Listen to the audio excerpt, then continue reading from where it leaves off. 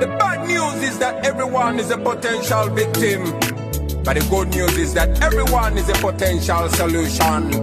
Sensitize the masses to sanitize, keep a social distance and quarantine.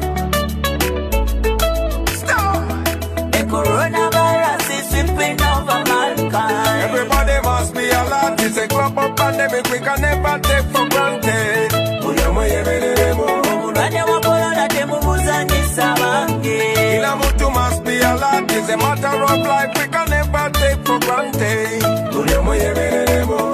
Discipline and personal hygiene, and make sure you regularly wash your hands. Keep a distance from everyone. Report anything like a symptom. Serious fever is a symptom.